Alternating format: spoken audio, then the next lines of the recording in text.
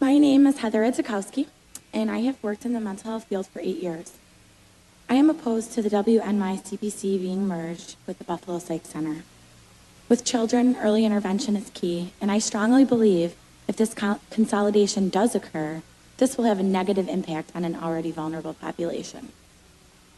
The Western New York Child Psych Center is a safe environment for children and teenagers that have various traumas along with mental health diagnosis to receive treatment that is detrimental to their well-being. I myself interned at the Western New York Child Psych Center a few years back. I was hoping that the facility would be a positive environment before I first toured the place. I remember thinking, I will intern here if I feel like this place is inviting and a place that I would want to send my own family to if I needed to. Upon my first tour, I knew that I wanted to come back and learn about what this place had to offer the children and teens. I just had that feeling there. I was able to see kids attend recreational therapy, where occasionally I would forget where I really even was because the kids were enjoying themselves. I also got to see kids put on assemblies in the auditorium with a smile on their faces and laughter from the audience. I felt as if this was a community for the children for the time being.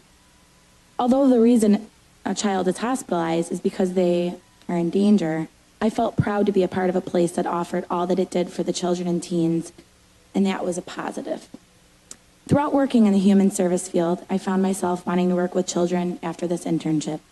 I felt as if this place was very inviting and as comforting as possible. I am the guardian of my teenage sister who was hospitalized at the Western New York Child Psych Center for 3 months. She was hospitalized numerous times in short-term hospitals before going to the Western New York Child Psych Center. During these stays in the short-term hospitals, she would get a medication change and be sent home within a week. The first few hospitalizations, I was very happy when she was sent home in a week, well, because I missed her. Having her hospitalized was very hard on me. I had to trust psychiatrists, nurses, and mental health technicians with the care of the person I love very much, more than myself. And this was not an easy thing to do.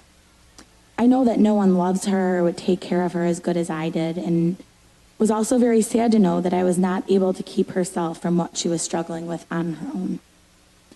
I am sure that there are many people who have been in my shoes with this experience. For the people who have not, take it from me, the experience is terrifying. I began to realize that these short-term hospitalizations seemed like a Band-Aid over a bullet hole. They would keep her safe, change her meds, and send her home. I realized this was not helping the issue at hand, but rather covering it up. When I was first asked to sign the papers to put my sister on the waiting list for the Western New York Psych Center, my initial reaction was fear. I knew that there was a waiting list and that she would have to wait in the short-term hospital until there was an opening at the Child Psych Center. I also knew that she would not be happy with this idea at all, and believe me, she was not. I would see her every day at the hospital she was waiting in, and she would beg me not to send her to the Western New York Child Psych Center. She was stuck in a short-term hospital repeating therapies and seeing kids being admitted and discharged, and she just wanted to be in a comfortable environment, specifically home.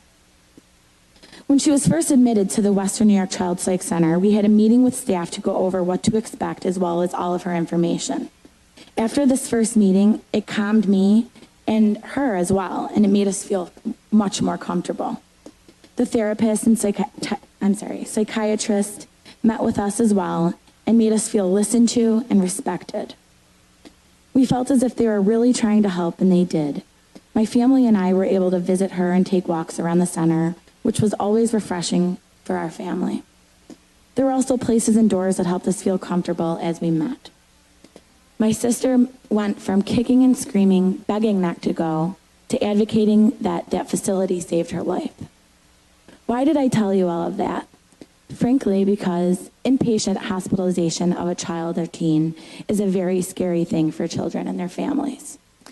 I know that this place brought my sister the hope she needed and didn't have for a long time.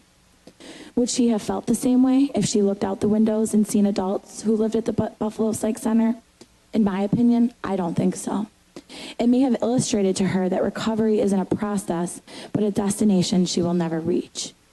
The Western New York Child Psych Center was a place that not only helped treat treat a high-risk child, but it also was a place that brings comfort to children and families when they are going through an emotionally difficult time.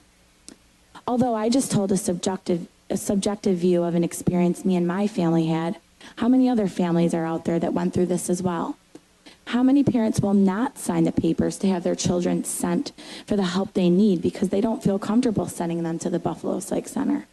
How can we stop something that is working so well?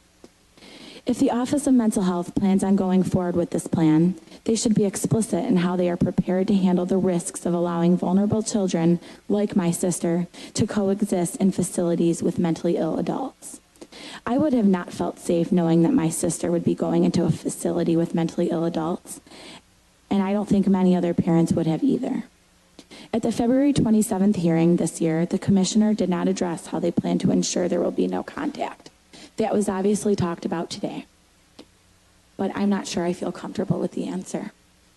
Additionally, the people we interacted with at WNY CPC all were geared towards children and teen services, and the people that have benefited from these services would like to see that there are two separate structures for child versus adult services if they decide to move forward.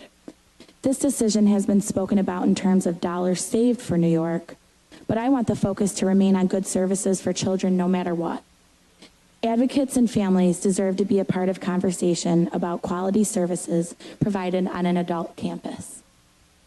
Thank you.